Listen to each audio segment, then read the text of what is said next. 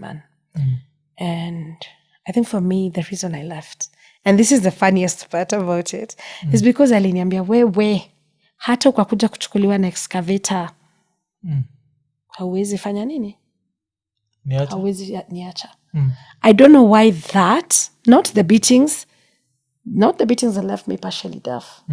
No, it was that. Makes sense. When it comes to good wives, Musema, I was the best wife. Yeah. Hata anajua pali yuko. I was a good wife. So, yeye mwenye aliremarry baadaye? I think he's on his third marriage. Oh, shit.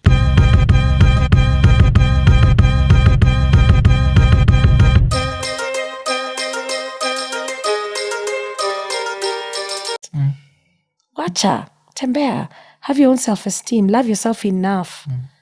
Musema people are not loved at home. That's why they insist on holding on to relationships. Also, our socialization is very bad. Most of the women are socialized to be wives, not to be anything else. Okay. So marriage in Kenya is still seen as an achievement. Isn't that why we make fun of single women? Yeah, single women, single moms, divorced women, widows even. Right? Look at that category of how we treat them. It's a socialization. Marriage is so important. So people tend to stay in bad marriages. People tend to stay in bad relationships, hoping that someone will change. Actually, history of marriage, I also look at it this way. Marriage, the institution of marriage, ukiangalia from the medieval times, it was a very important institution. Because you're going to find a woman and a husband. The husband was necessary because he had to go out there and hunt for food, literally. And this is how the kids were fed. In the year 2024, the hunting ni jobs, whatever. And jobs, education imesaidia, equalize vitu. So mwonaga saa zingine naonaga online, someone who I take as educated is here like, check you damn, you go over 40 na Jamarika, she can't get a man. I'm like, dude, damn, you're still thinking like your great-grandfather. Times are different. Right now, even separation ya saa hizi na separation even in the 80s is very different. Separation right now, you might find a kid can still interact with both parents through the digital medium. Kitambo ilikuwaga impossible. You have to look at all these things and know you live in a different world. Just because you're great. And another thing I always say is I'd never take advice about marriage from my father. Okay, Buddha alisha dedi. Or my great-grandfather. Why? Because their times and my time are super different. Super different. And if you can't see that, ulienda chuo kufanya nini? Like times have changed. And ukiambiaga say hivyo call, Buddha una simp.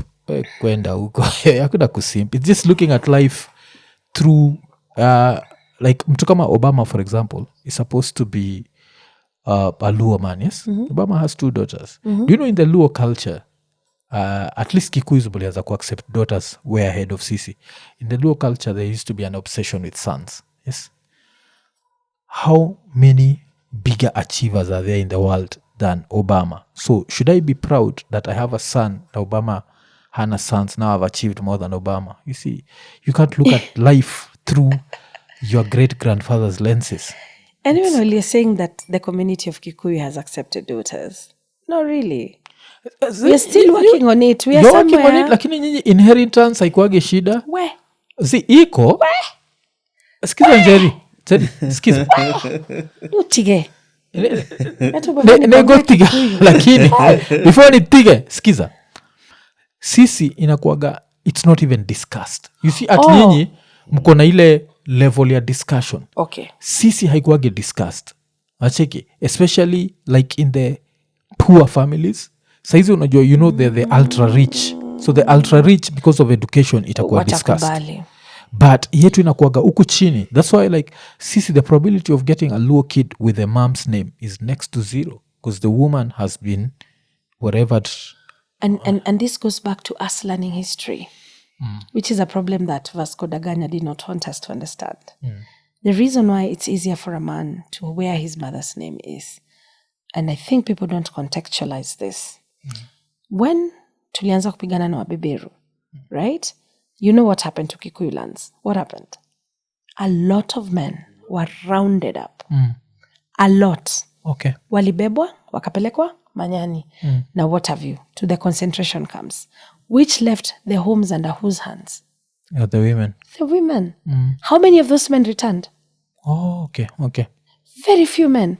What happened to the community? it became matriarchal. Because it was the women raising children, the women running homes, women having to go out there and look for money, women having to fend for themselves because the men were not there. Sasa.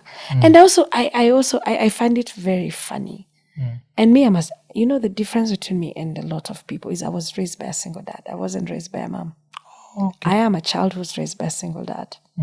And I wear my dad's name proudly. That's why I'm calling NJERI MIGWI. That's my dad. MIGWI is my dad. If I was raised by my mom, for example, my mom is not Kikuyu. But let's say, for example, she was Kikuyu. I'll be calling myself NJERI and I wouldn't even care. Because that's the person that raised me. And we should learn to wear these names proudly. Yes. It is not an embarrassment. Because every time I see people minimizing that, you are erasing the labor that woman put in that child. You are erasing history that has happened and has put this person under that circumstance. Why is it that we shame the present parent? All right. Why do we shame the present parent? I was raised by my dad. And I am able to see things a bit more objectively, I guess, because my dad just raised me. Why, mom, alikuwa wapi each time? Where was your mom? My mom. My mom aliniacha. I was 3. Yeah. So I wouldn't even know. My dad is those proper dads who are like, wewe wacha maneno mingi. So I was raised by my dad, and my dad never raised me thinking that I couldn't be, or I couldn't be who I wanted to be. My dad was like, unataka kupanda mti? Panda. The number of times nibeba na ambulance nipeleka hospitali. Broken leg, nilipanda sijui first floor nikaruka. Because my dad never told me you cannot be. It is society that has come to tell me, oh, you're a woman, you can't be this and this and that. But my dad raised me. Mimi na yeye, tulikuwa hivi. We're still like this even now. But he's never told me, you can't. You're a girl, so you can't. No. It was, unasikia kupanda mti? We panda. Ukianguka, it's your problem. Ndio utajua, next time usipande mti. So I was avoidant growing up. Because nobody ever told me, you can't be, you can't do, you're a girl, this and this. And I feel like that's where we lose it. We raise kids thinking, when ni msichana, hapa. Wewe ni mvulana, hapa. Umeshika. Me, I was just raised. Wherever you can be anything you want to be, that's what? Be. Okay. Umeshika. So you have zero relationship with your mom? Do you even know your mom? I know my mom. I looked for her as an adult. Because there is a place where you want your mom. Especially as a woman who now got married young, I looked for my mom. But you know what? I've also come to understand something else differently, is that parenting is also about history, right? It's also about connection. It's also about how you are raised. Hatuna memories. Yes. Hatuna anything in her to connect. She's just a woman I know who birthed me. And I really tried to make a relationship, but it couldn't work. She went and got remarried? Yeah, she got married. Yeah, and she has kids. I don't relate to either of them. In as much as I had to work around the forgiveness of why did you leave me, and learning that my dad said that mimi mtoto wangu atoki hapa, and all those things. But for me, I've also come to realize that being brought up by somebody also influences you. Tunaongeanga lakini hakuna kale. Najua. I will call my dad. Hi dad. Even if imefanyika, before I'll think of calling my mom. Umeshika? Because my dad is the person that raised me, is the person that knows me. I remember the first time I got arrested because of this work. My dad came all the way. My dad lives in Laikipia. Alikam. Unaona? Alikuja. Because why? His daughter. When my daughter was in ICU, niliza mtu wangu akapelekwa ICU, alikuwa sick. I called my dad.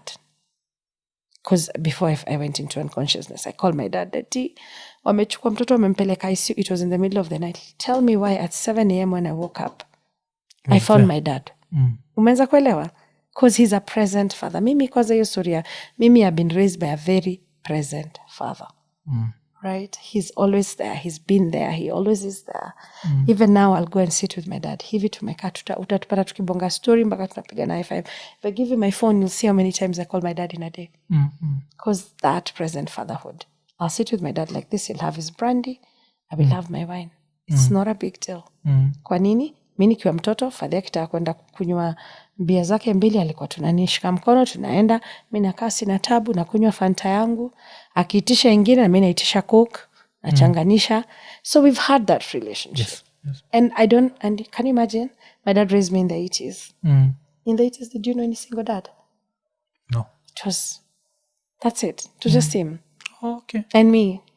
I was his handbag. When we went to bury his mom, and so many people came and they were like, bado we ni handbag ya baba yako. Hujai acha na wewe sasa, now you're a big woman. Because that's how I am with my dad. If you see me with my dad, like, you would know that this man has been present in all parts of my life. Okay.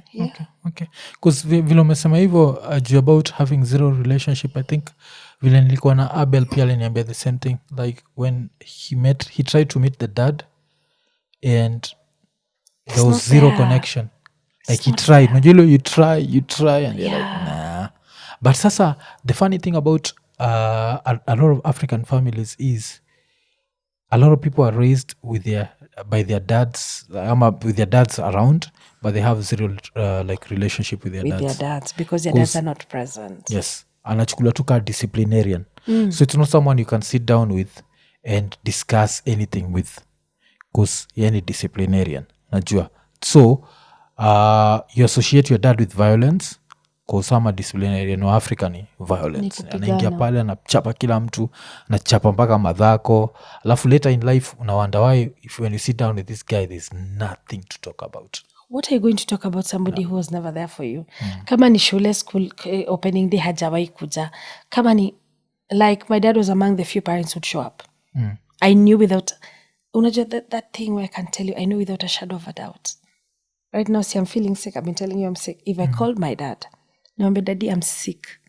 I promise you by Johnny Father atakuwa hapa. Like, if it's 4.5 hours away, Johnny Father atakuwa hapa. He doesn't play. He's that present, and he's been always present in my life. And I need men to stop history ya kusema, oh, male loneliness, oh, mimi mzee akishazeeka kuna mtu anamshughulikia. Kama uko kushughulika na watu hii wakigrow. Hata kushughulikia uko mbele. Look at me. In August, I took all my friends. Tukaenda kwa father. We stayed there for a week. We had a good old time. Kila mtu alikam na watoi wake. Tuko huko na father. Tuna barbecue nyama. Tunabonga, tuko story. And guys were like, Aki, I love your dad. Your dad is so present. My dad is not like this. Men need to question themselves. Why are you not like that? Nani alikukataza? Alafu unakuja unaambiwa wewe ni simp. Na unakubali kuambiwa wewe ni simp. Kwani una thoughts zako?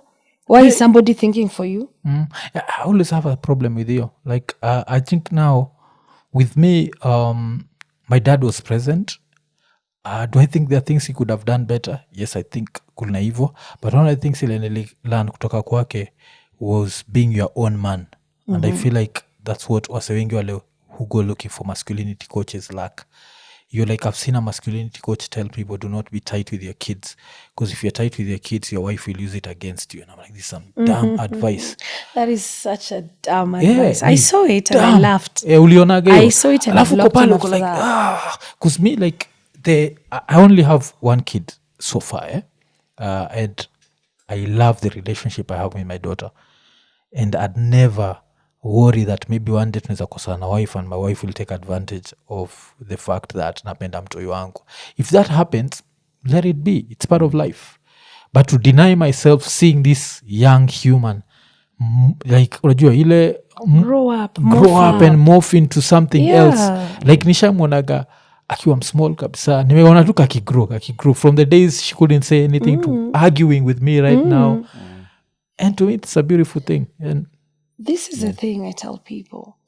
And that's one thing I was just thinking about how I was brought up. People think you can argue me down. You can't. By the way, if I decide to argue with you, I'll argue with you. You know why? Because my dad gave me the chance. Ilikuanga story. Kama ni food tunapika now, we are now 9-8 huko. Maybe father anataka kula ugali na mboga na nyama. Mimi nataka kula mchele. Unashika? Tuna argue. Tuna make mpaka points. Because my dad is a teacher. Nakwambia, state your argument. Umeshika? State your argument why una feel. Support your argument. So I grew up being told you can speak. Then I got married and I was told you can't speak. Do you see now how that doesn't work? Because I had been given voice and agency. So here I am married with a person who comes from a family that has a father and a mother, where his mother is ABCD, and he expects me to be ABCD. First of all, I'm a child. Second of all, mi nimezoea kuongea. Nikiongea naekwa bari. Umeshika? Nikiongea na mbosh. That's not how we do things here. The reason you're like this is because you didn't have a mom. You see why I went to look for a mom? Because now I wanted to maybe get into my femininity. Right? And just be what I'm expected to be as a wife, which I tried. I really tried. Let me tell you, I tried to be those wives that keep quiet, don't speak. Paul, I know you've been asked this question a million times, but when did the violence start? You get married at 15? When did the violence start? Actually, no. I got pregnant at 15. I was so embarrassed because I was a good girl. Those good girls. Those ones of NJERI can never, so NJERI did.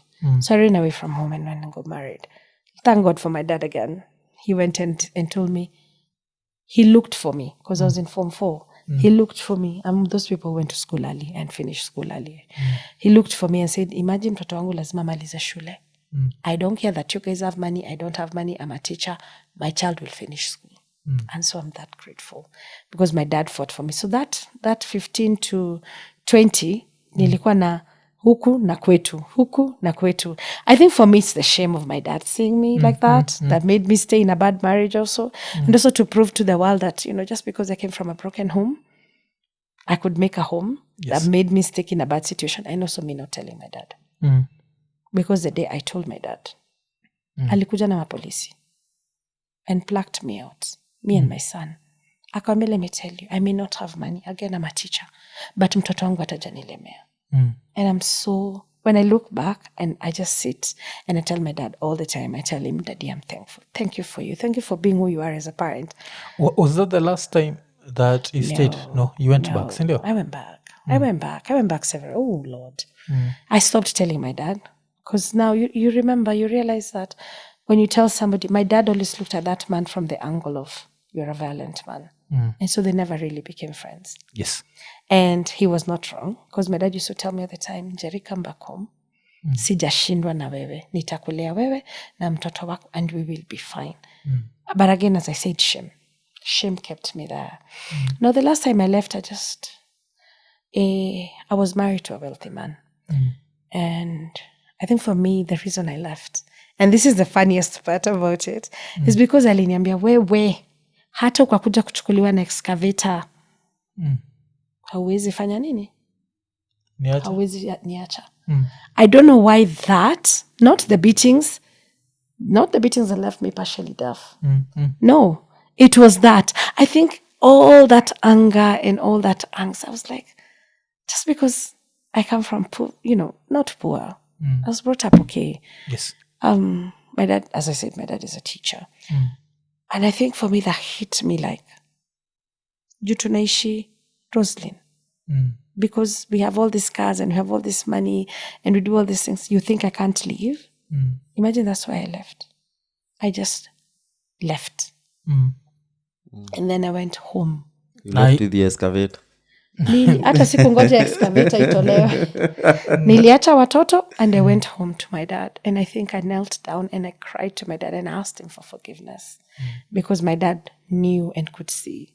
This time it's now with 3 kids, huh? 2. Or 2 kids? Yeah. And then now after that is when now I started rebuilding myself from scratch. Because I left with nothing. Okay. I left with my car, which was towed. Oh. Yeah. But, I started over. Towed, what do you mean? He towed it, ye mwenye alikuja kuichukua? Hey. Oh, okay. Okay. Nilikuwa nafanya shopping hapa Nakumatt. Nakumatt, lifestyle town. Niliacha gari nimepakwa hiyo street na kuangana nest. Nakumbuka kwa nimepark nje ya kitu inaitwa Dove Nest or something. Nikirudi sioni gari. Na shopping yangu.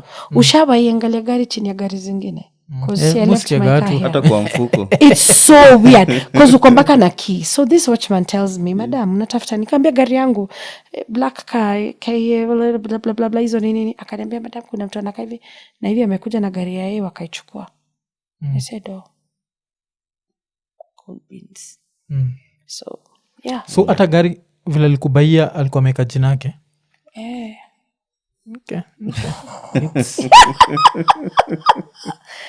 It makes sense. When it comes to good wives, Musema, I was the best wife. Yeah. Hata anajua pali yuko. I was a good wife. So yeye mwenyewe aliremarry baadaye? I think he's on his third marriage. Oh shit. Okay. So You're the first, so Third means there are like 3 other wives other than me. so wanakuja wakitoka Nikisikia mi hata sitakangi kujua. Because the But hiyo unajua violence. sometimes anaongeanga na watoi. Okay. Damn, but yeah. Alafu nini? Kwa chakula? no, I had a friend when I was talking to a mother to a friend of mine. So that lady is like a sister to me. So maybe we're heading into our 30s. Na kaniambia mimi, I'm not even worried about my daughter not being married. But akasema like I would want the guy mwenye na marry wanze from scratch na yeye. Because amekuwa kwa these relationships ati every time anasikia akiuliza the girl what does the man do, and then the girl anamention akona nyumba, akona gari, akona nini. The woman felt like maybe at some time the guy atakuchukulia pia kama asset, like all these things una mention. Kwa nasema like every time nasikia ati msichana ameenda place and there's everything, you get chills. So I didn't ask the lady what pia unajua mtu akiongea even ni out of experience. So we assume like, and these are the things mgonga na wife, like when parents wanauliza the wife their daughters, who's this to me, wanaangalianga like position yenye yako, status mwenye yako in life, what he has, what nini, but not the guy, not his personality. So unapata parents wako quick kupasu mse, who's a psychopath. Yeah. Maybe akona all those things na nini, but you have to pay for them. And do you know my dad was very clear about that? Because never, not even one day, did my father first of all said when I didn't even know I was pregnant. My God, I was such a naive little girl. So it's my dad who told me I'm pregnant because he could see. I didn't know. Me, I had only done this thing once. Why would I be pregnant? My friends told me you can't get pregnant when you only have sex once. Those things used to tell each other. You see, it wasn't this digital time. It's the 90s. We don't have information, and so that's how I got a baby. I was not even clear. Mi natapika, mi sifikiri. Father ananiangalia na niobserve, alinipeleka kwa family doctor. So this is the thing. My dad was like, this is not a good man. And I would not want you to be married to this man. Even though they have money, even though they have social status, even though they have all these things. You are a child. Unaona? And I wish I listened. I wish I listened. Because for my dad, it wasn't about the social status. He could see. He could see the potential. He could look and see, wewe ni mtoto wa high school. Nini mnafanya na mtu yuko high school? Mtu mzima. Unaona? Kwa nini, I think hii part haukuianza. So, umeget pregnant at 15. Like the first time alikuchapa ulikuwa how old? Before 20? I think 17. Oh, okay. I think 17, and I think I just said something. And then after that, I remember my very, very first beating is very clear. Alinigonga na papai. Unaona? Ikafuatanishwa na coffee. And I fell. I was really tiny. And I fell. And I remember I took my son, went back home.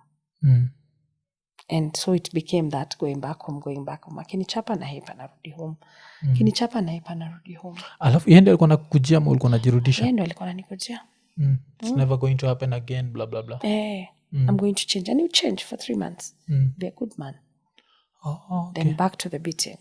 And back to going home. The beat in fact, most of college I was home more than I was with him. Beatings because nakam, was it because he would be drunk ama even when sober? Oh no, he was sober. Mimi, he was si mlevi. Oh, okay. So at least hizi jitetea nini? No, si mlevi. Ajaini chapa juu ulevi. Alikuwa ananichapa juu alikuwa anasema I raise my mouth. And so I learned to keep quiet. I learned to stop being argumentative. I tell people, and people don't believe it, I used to be very docile. very quiet. I think when I told my story at Lynn Gogi's show, so many people who knew me from church, from social places, came and commented and said, the way you looked happy, the way we simu argument. In fact, sisi wote ujuliza, hii mdomo mingi ulitoa wapi na ujai kukuanga even. No, because I changed. You know, the more somebody beats you, the more you suddenly, the more unaenda tu kijiloa. Or maybe because I argue, that is why I'm being beaten, so let me stop arguing. Maybe because I do this, that's why I'm being beaten. Maybe I was working, I quit work. Maybe because I work, that's why nachapwa. Because nikuwa naambiwa all the time, it's your work that makes you unajua kuwa kichwa ngumu, because you're a career woman, your projection. And look at me, my kids have a 10-year gap. I was so afraid of giving birth to another child. Imagine at 23 making a conscious decision not to give birth. Unaona? Because you're so afraid. You can see. Somewhere deep inside me, I could see this marriage wasn't going to work. But I still wanted it to work. Lia kwenye Range Rover. We, mimi hiyo wimbo kwanza naonanga ni kama mimi ndio wanaambia. Mimi nililia kwa I had a Range Rover. We. Kalia kwenye Range Rover. We, mimi to cry in a range. Yes. Hiyo Range Rover, I've been kicked out of it when it's driving. Yeah. And this is a man whose cars had like a 27. How do I know about tires? I know about tires because he was passionate about his cars. So this is a car with size 26 rims. I think about how high that car is. Your time akukuwa na gari yote kwa njia, because that is the only thing that saved me. But there's somebody who saw me being thrown out of the car. He's actually the person who gave me a lift. Because remember nimerusha nje gari sina kitu, kwani nilikuwa nimetoka na bag. Si bag na lift, unapatiwa lift ya kukupeleka kule mtu amekurusha yuko, si ndio? Alinipa lift akanipeleka job. Nguo imetaruka. Wacha nikwambie. And God bless you wherever you are, my good Samaritan. Juu nakwambia vile alinileta pia alithreateniwa na gana, kaulizwa wewe, what are you doing with my wife? Now please remember, I was kicked out of a moving car.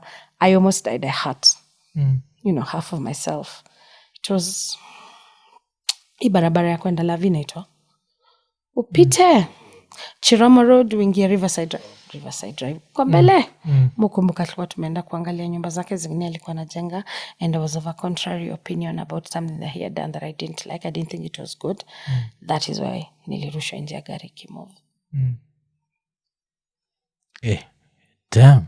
Alafu unajua, to me this is normally scary because the fact that I think one of the things we fear about our kids growing up is one day my daughter will be an adult and she'll have to deal with maybe an adult whose dad had a masculinity coach. And that really messes with my mind. Right?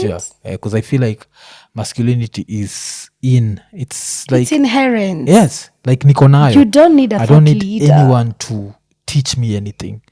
And the minute, because nishaonaga like part of the advice they're given to not marry a short woman, and I'm there thinking like nishangalia Shaquille. I was giving the example of a Shaquille. Shaquille is such a tall guy that to every woman everyone is short. It's short. So Shaquille should never marry. Ama Shaquille anafaa kuja. So easy vitu ukapale go like short women. What's wrong with short women? Ati they are hot tempered. High temper. Yeah. Ishasikia hiyo bullshit. Short brown. So pia brown is a problem. See, hata nini nose ring. Yeah, just go. Really? Never marry a girl with a nose ring. Nose ring imedu. Demi yako akiwa na tattoo, she's hizo vitu mimi actually my mom used to tell me like all the people that are named after her, because unajua hizo nini za wasapere. So because she's the first born daughter, so when her brothers get children they have children named after her, that daughter atakuwa. And anasemanga like all these things like she wanted to do, like your nose rings na nini, she always wanted that. But because she didn't do it, watu wote wamename after wakona kuangana na nose ring. Most of them. So mimi naangalianga my mom like ni kama akona hiyo, because it's something yenye kwa mind yake. Niko short akijiangalia kwa kioo, maybe the lady she thought of akona na nose ring. You just want to feel beautiful. Yeah, it's Plus, let me ask. it's you. I have tattoos. Yeah. Not just one. I have tattoos. And I have those tattoos for different reasons. I don't have those tattoos because I was thinking, hey, a man would not. Or maybe if I ever want to ever settle again, which I don't. But I'm just saying in my head, like, I do the tattoos because I liked something and I thought it's nice to be in my body. I like panda bears. I have 2 panda tattoos and a cat tattoo because I love cats. Those are things. The things on my body are very personal to me. What does that got to do with you, and how does that emasculate you? I don't know. Men have to be so in there. Like, I look at my dad, and I give my dad as an example of positive masculinity. This man raised me, raised my son. Okay? Because remember all this time, back and forth, I'm going to college. Unajua mtu anabaki na fadhi. Ndio mimi niende shule. This is the thing. That man, the way he moves, the way he walks, the way he talks, the people who've met him, the kind of things he has done even for the community, because my dad moved into Laikipia 20 years ago. My dad fought with the government, made a fence, because elephants were coming to kill people. There was an invasion of Chinese near where they are. My dad did a demo with the villagers, uko ndani, against these people. So I've seen my dad do things. My dad is our CMA, Catholic Men's Association, ndio chair. He has done so much for his community. What if he was being told by a thought leader, ungeacha mtoto wako alewe na mama yako? Because my dad refused. My dad raised me. Alikuwa naambia na mama yake, leta mtoto nitalea. That would have made so much sense, right? Yes. My dad didn't marry for the time he was raising me. He didn't marry. Alimari ile alikuwa na mtu akanitesa. That was the last time my dad was with someone. I know he had someone because he was a young man. He was really young. He was like 30 with a 3-year-old, right? So if there was masculinity coaches at that time that tell you do not be tight with your daughter, do not be ABC, do not do this, this, and this, I tell people I am everything I am because of my dad. Not because of anyone else, but because of how my dad raised me. He raised me in kindness. He raised me to know my place. He raised me to stand against injustice. He raised me to know what is right from wrong. What if he had a masculinity coach that was telling him, chukua mtoto pelekea mama yako, wacha mama yako ameraise. I'll be a different person from who I am. One ningerezi ushago. Yeah. I would probably be very different. Even at my height of my biggest mistake, which was getting pregnant as a teenager, my dad was like, imagine tutalea. This is bad, this is wrong, this shouldn't have happened. I don't know how this happened, but we are going to raise this child. Oh, okay, damn. Because that is somebody sitting on his masculinity and nothing moves him.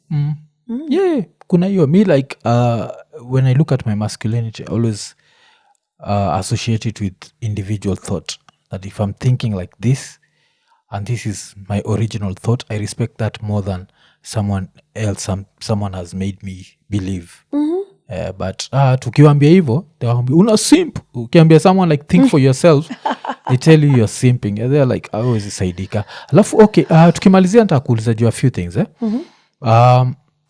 So DCI Kenya on Monday posted wanted suspect Collins Jumaisi. So this is the guy who allegedly killed all the women. How plausible is this story? It's a lie. We all know it's a lie. Please.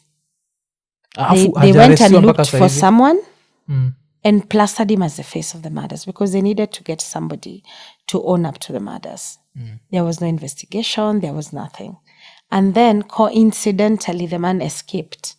One of the most highly guarded police stations is Gigiri Police. Been there. Oh, okay. Please.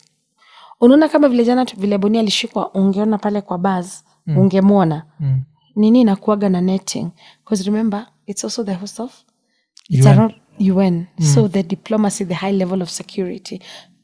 But Jumaisi alitoroka. And he's never been found. Yeah. Also remember the government's reluctance to remove those bodies because the government never did anything about removing those bodies. And the fact that we don't even know who those bodies were.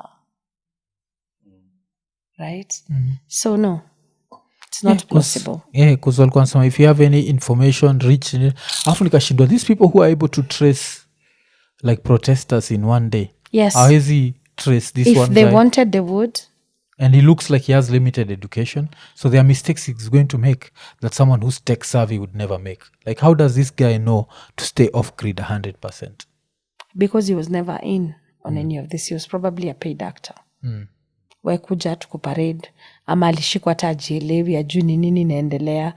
Akaambiwa fanya hivi alafu unajua technically if you take this man to court and this man is interrogated by lawyers, see, he will run away. See, the truth will come out. So he was a paid actor. Okay. And if he was an unpaid actor, they knew he wasn't the one. And the other thing is he could be dead for all we know. Yeah. To me, that's the most plausible explanation. He could be dead. I think the guy planting him, whoever planted him, of which ni security officials, actually knows how those bodies got there. Yes. Yes. Because kama kungekuwa na hakuna mse, there are no leads, there are ama nini, maybe they are suspects, they are trying, but even parading evidence yenye the court of public opinion ili dismiss. Ikasema even those panties mneka hapo, they look so new. They were brand new. No. So like the fact that they had so much, they put so much energy into covering it up. There's something that they know about those bodies. Plus even this guy handling all those nini ati peke yake. If kama alikuwa na interview like it's this like it took 52 ama ulikuwa nasema that those French whatever ni group of guys wenye walikuwa wamekaa waka decide okay, so to do this to your wife, we do this guy ni mtu mmoja. Hata alikuwa anabeba je mwili. Exactly. Alikuwa nikatia wapi? Kwanza considering alitolewa Soweto, just so that you know. Alitolewa Sowe na hapo kwa Gitao. Sawa, akakuja akashikwa. Alikuwa anafanya hizo murders wapi and how come no one had? Yeah. Let's get the phone conversation. The way he called a boda. Afati boda guy asked him ati unataka kubeba nini? Akasema niko na mzigo. Akuuliza mzigo ni nini? Akasema ni mwili nimeikatakata nikaeka kwa gunia. Such a lie. Like Such an obvious lie. Now he's been doing it for 39 women. Let's say for example. Mzigo ni nini? All of a sudden ana confess kwa phone. Yeah. No, he's covering it up. Yeah. And then katikati he's uncovering. So ilikuwa nini? Uso ni kutubeba ujinga. Ni mfano. Kutubeba ujinga. Alafu nini kuna historia Akiambu woman alikuwa charged na story za watoi minors. Story kama hizi how common are they? Mimi to be honest, I know about maybe abuse not abuse ya kuripotoi. For me that is atrocious. I've never heard of anything like that. I still can't believe it. But then the thing about Kenyan sexual violence scene is how it's mutating. Because that means children are not safe. Can you imagine?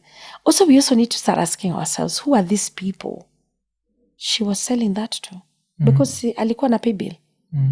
Those are the people who need to get arrested. Because arresting alone is not helping anything. Yeah. Those people are among us. The ones who want to watch the child porn. The one who want to see children being done ABCD. In fact, we shouldn't even be worried about this woman. She was a conduit. We should be worried about the end consumers of those products. Because that is scary. Au watoiwa kwa baby care. Baby care means not kwa less than 5. 6 at max.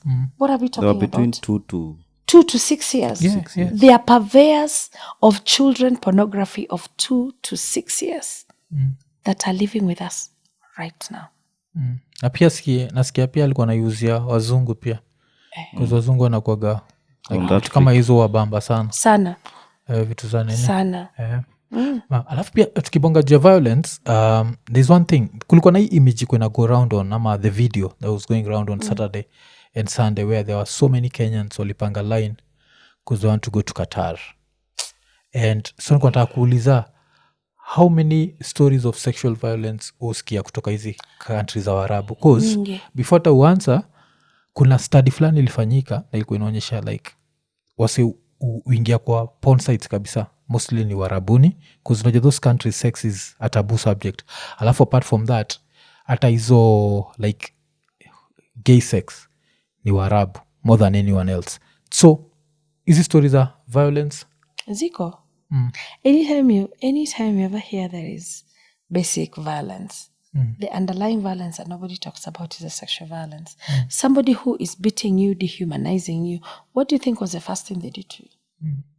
they sexually violated you.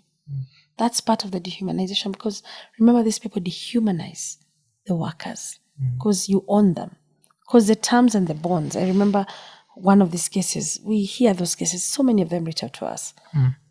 The dehumanization. Wewe ni possession, you're a slave. So they can do with you whatever they want, including vaginal, even anal sex. It's very common. Niyo sasa ni warabuni, sindio? Na sasa kama watu kama hao, how are they saved? Is there a way? Because you're in a foreign country. Hata akikuandikia, what can you do about it? There is nothing I can do. Let me tell you the worst thing. I wish ningekuja hata na kitabu yetu ya ofisi. One how many calls you get from warabuni to our helpline. Kitu funny ni, you seen, I've asked you about it and I just knew it would happen. Because kuna kuwaga na hiyo, inaitwanga ni sexual suppression. Yes. It's very dangerous. Yes. And when you have such societies where you're not even allowed to admire a woman's beauty, like everyone has to be covered up and what, because I'm sure even men are violated, sindio? So far from hizo za warabu sijapata. Most of the people who we've gotten are women. And it's bad. It's bad. So ukiona gava ikitake pride in such things like sending Kenyans to foreign countries? No, because there's a girl we rescued and she came here and she went mad. Exactly. She went mad. PTSD. PTSD. She went absolutely mad. And that is not one case. How many of these cases have we seen? Nakwambia, my heart broke when I saw all those people lining up and I was like, Jesus, this can't be our new normal. And they're proud. The government is proud of telling people that we can't come up with a solution. But you know what? There are better governments out there that have come up with solutions. Because that's basically what the government is saying. Yeah. That sisi hatuwezi fanya kazi yetu of creating jobs and opportunities. So go to countries of better opportunities where their governments have created positions where which you can occupy. Sisi hatuna serikali, my friend. Because as you're talking about this, Labour CS, Alfred Mutua has disclosed that there are at least 5,000 Kenyans currently living as refugees in Qatar. Mutua says, go back, us who? Refugees. Mutua says these Kenyans were taken to Gulf by rogue agents with promise of jobs during the World Cup. Like, before sending more, can you first of all take these people back home, because you've identified that they were sent there against their will. Ni kudanganywa lidanganywa na get job, so they can build a case against that. So before you send 50,000, can you first of all like take these 5,000 people back home? Yeah. Alafu nini, of course another story will make headline, ile story ya Sodomi Masaiza Mombasa. So easy story, how common aje, especially of either bosses ama politicians and citizens? Ziko. And you see that was used as blackmail against him. We don't again hatuna country. People with power. Can you imagine when you exercise your power is to use brute force to sodomize somebody because he's saying something against you? Do you know how crazy that is? That whole story broke my heart. And you see the worst part about it? There's no justice. And I promise you, as the Lord liveth, Bruce 95% chances Bruce will never see a day in court. Even with all the evidence that was tabled.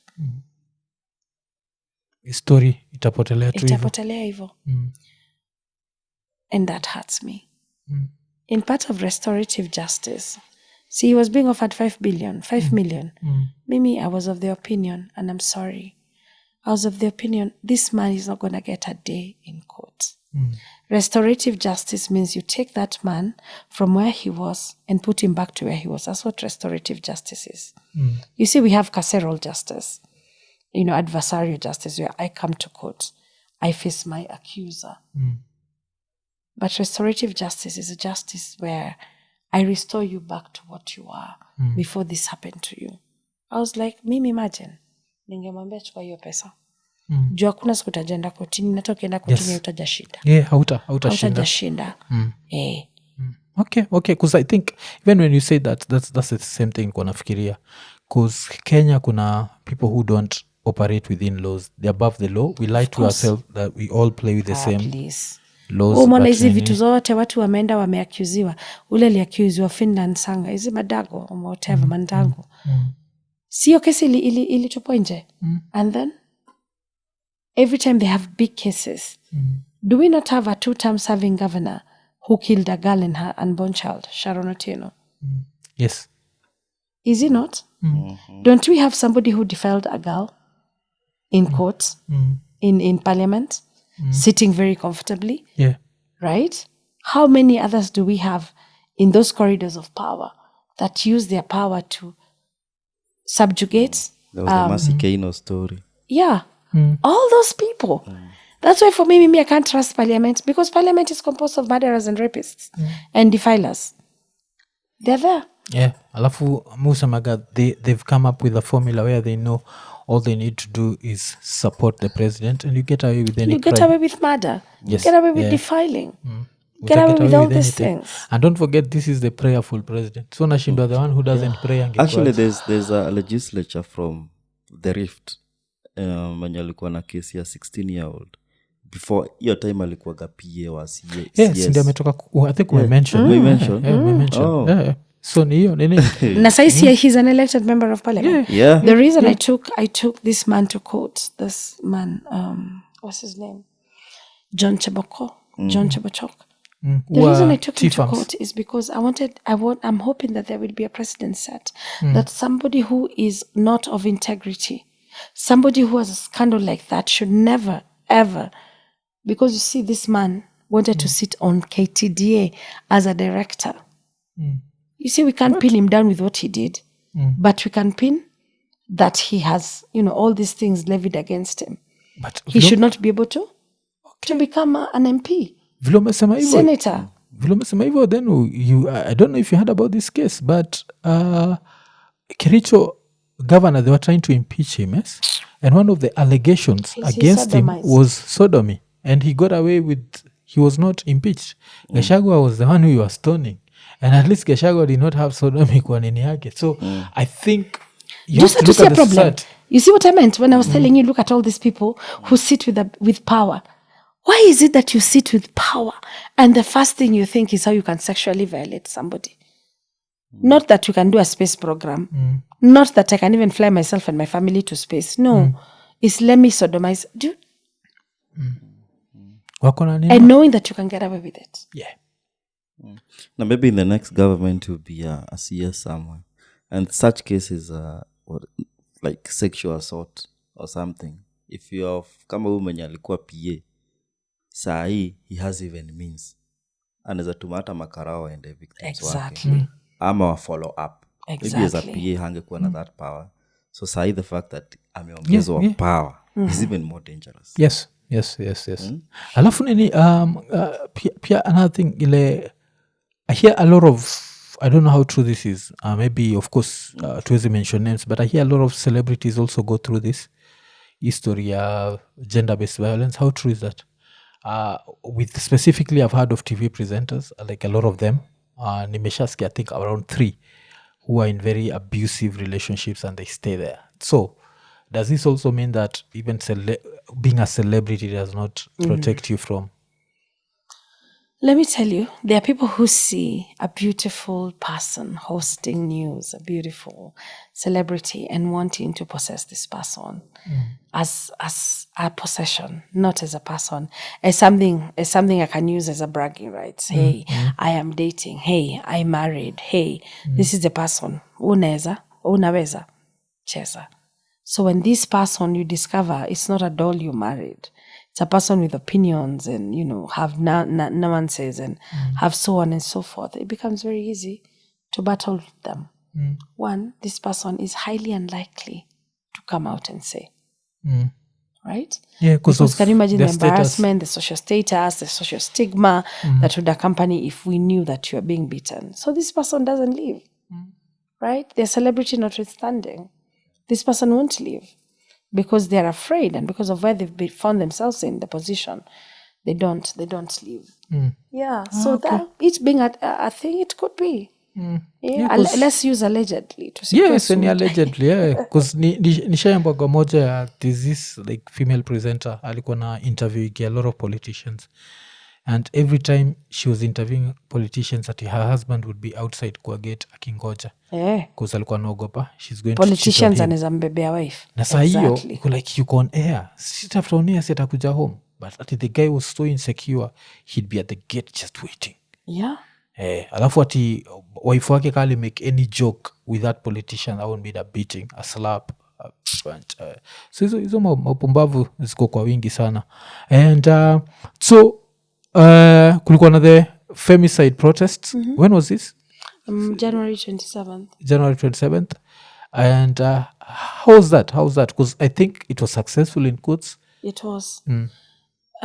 Success is measured in we got so much international exposure and also the awareness that this happened, because here it was not. Right? One, the government didn't speak against it, didn't speak about it, has never to date even issued a statement regarding the killing of women, hasn't done anything to change the status quo. Right? So, but for me, I feel like it was a success because even the preceding events after that, people were able to come out on the streets and protest because they had already seen the success of the Femicide march. Kuzione saa kitu konta kuuliza because now tulikuwa na hiyo time of the next time tulikuwa na of course ilikuwa June and I was being arrested. Yes. I will say this, people don't understand why mutokelezea maandamano or why I'm very political. The personal is always political. And I need people to understand that. Saa hii decision yote una make, somebody somewhere in politics made a decision. Even you buying this, the taxes upon this, everything that happens in this country is very political. So there is no way you can say, I'll stay out of politics, meaning to a GPV. So mimi mambo za politics sijihusu. No. Those politicians make policies around gender-based violence. Yes.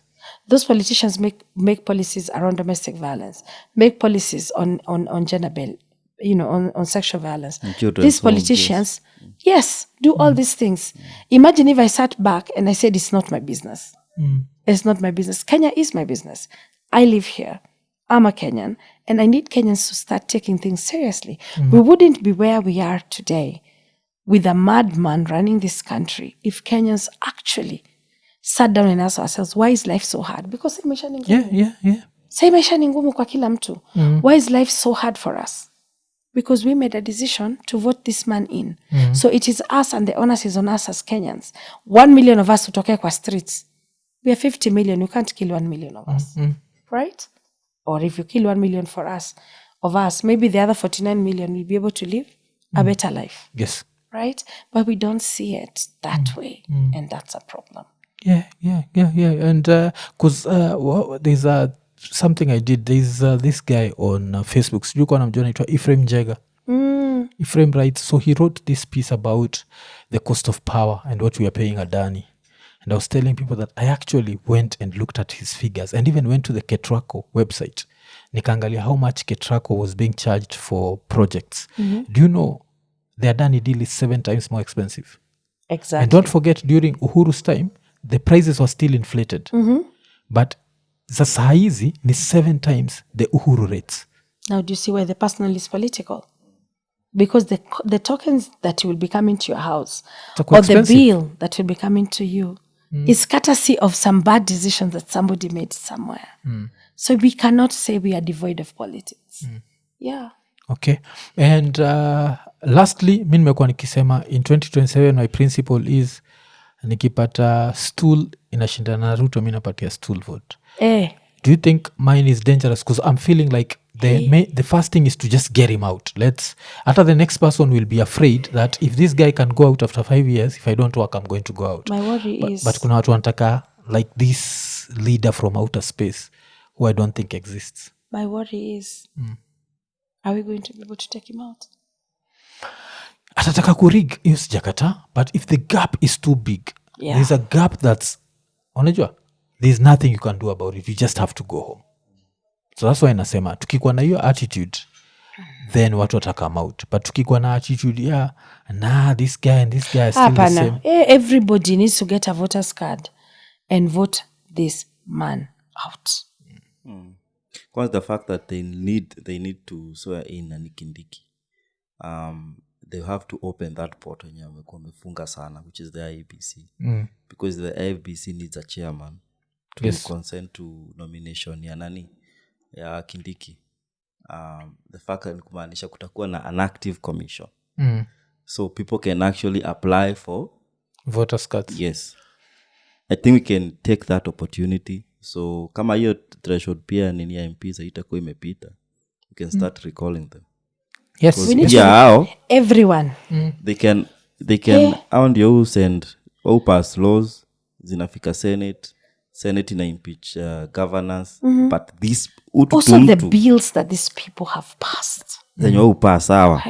Is a conflict of interest. Like niko na bonga juu story ya conflict of interest. Like the way can you imagine they are making so much money legalizing corruption. Like the people who did that did not know what they were doing. But pia nikisema, do you know what happened as a blessing in disguise when they invaded that Northlands farm? Because what that did was it showed us how former presidents are powerless. So that means that this guy at some point is going to be as powerless. Yes. So we can revisit Karatina. Vote. Haizi rudi Karatina. He knows he won't even be voted in. I was reading. Walimwambia wasije kamona kwa ground.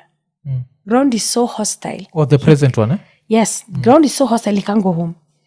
Na huko ndo nyumba yake iko. Na ule DMM waga nani? Kuna mwingine pia nilichekia kiambo hivyo. Asiwe rudi, anaitwa DMM.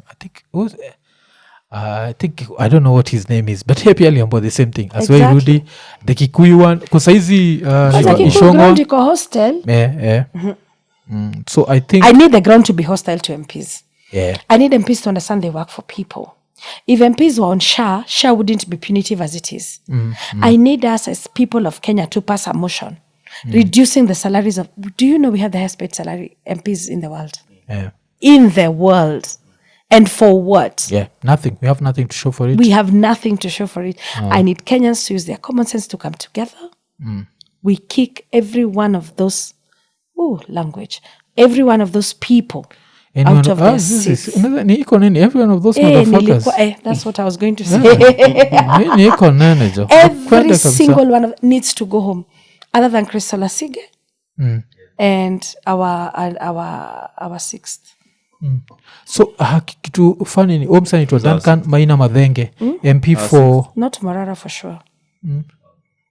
The Duncan Maina Madhenge, MP for Nyeri Town constituency. Oh yeah. Aliambo asirudi huko. Huyu anajua ground ni hostile. So ground needs to be hostile. Let me tell you the things that these people have done, the kind of poverty that is being perpetuated in this country. We are yet to see it. What we're having is a taste. Do you know what happens when a country is in despair and in economic disrepair? The rates of gender-based violence go. Yes, because men are going through it financially. Think about COVID. Spiked to 300%. Think about now the fact that we can't do anything. What happens? Yes. We had 2 artists here wenye walisema relationships zao they went sour during COVID. Yeah, unabaki na nini?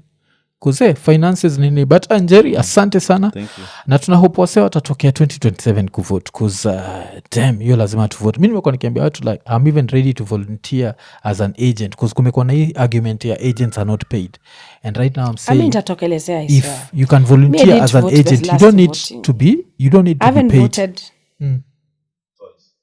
twice.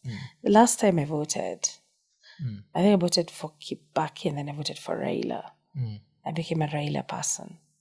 And then all these things happened and so many people made fun of me. So I stopped. I don't talk about politics. And I stopped being political. Yes. Because I was so disappointed by my candidate. So anytime I see people saying my name is NJERI and them assuming I voted for Ruto, courtesy of being NJERI, which is a fallacy because he's other than his normal grounds, the next people that gave him the biggest votes were the Kikuyus.